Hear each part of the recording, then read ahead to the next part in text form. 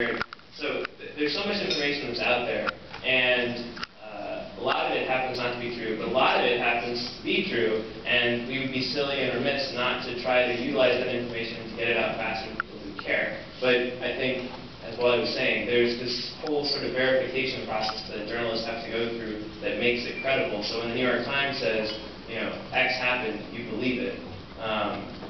An example of this, so in December, or I guess it was January, whenever Joe Paterno ultimately passed away, on Twitter there was a journalist who tweeted that Paterno had died, and this spread like wildfire. Within 5 minutes all over the internet, you saw R.I.P. Joe Paterno and things like that. It happened. The journalist said that they had talked to 2 different sources that had confirmed it, but they were wrong. And it spread like wildfire.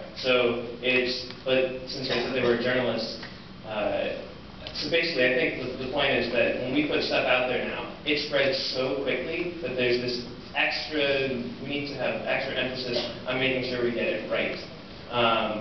So then you hear other things, so like when Whitney Houston died, there was this whole big thing amongst people that said, look, there was this random person that 15 minutes before the AP said that Whitney Houston died, this random person in California tweeted that she had died. And like, why is it that news people were so slow to respond to that? And it's because we had to make sure we were right. So for every time that you have somebody saying, you know, random person A got the media, beat the media by 50 minutes, there's a whole bunch of other situations where there's a Joe Paterno situation and the information is wrong.